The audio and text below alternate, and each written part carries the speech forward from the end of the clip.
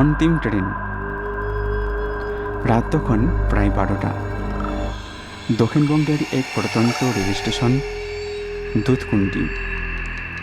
চাঁদের আলো মাঝে মধ্যেই মেঘে ঢেকে যাচ্ছে।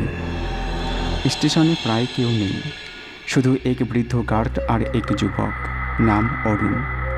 অরুণ কলকাতা থেকে ফিরছে। দুধকুন্ডি তার নানু বাড়ি। ট্রেন 5, শেষ ট্রেন, লোকাল 13N।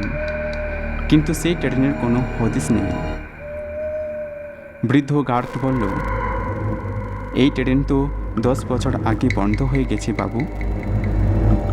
অরুণ হেসে বলল, সে কি, আমি তো টিকিট কেটেছি। গার্ড কাপা গলায় বলল, যারা এই ট্রেনে ওঠে তারা আর ফেরে না। ঠিক তখনই দূর থেকে হুইসেলের শব্দ। ট্রেন এলো। সাদা ধোঁয়া, অদ্ভুত আওয়াজ, কিন্তু আশ্চর্য, কেউ নেই স্টেশনে। না লোক, না আলো। অরুণ ট্রেনে উঠল। ভেতরে চুপচাপ, একটাই কামরা ঝকঝকে, কিন্তু সব যাত্রী চুপচাপ বসে আছে। তাদের মুখ স্পষ্ট নয়, যেন ধোঁয়ায় ঢাকা। এক বুড়ি পাশে বসে ফিসফিস করে বলল, তুই ফিরবি না বাছা? যারা এই ট্রেনে ওঠে তারা এক এক করে হারিয়ে যায়।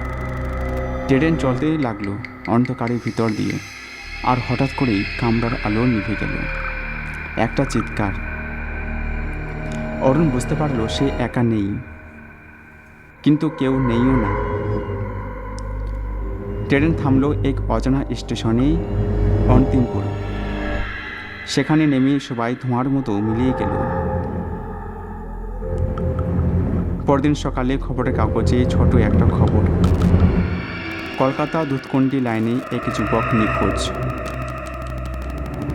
সিসিটিভিতে দেখা যায় সে এক ট্রেনে উঠেছে,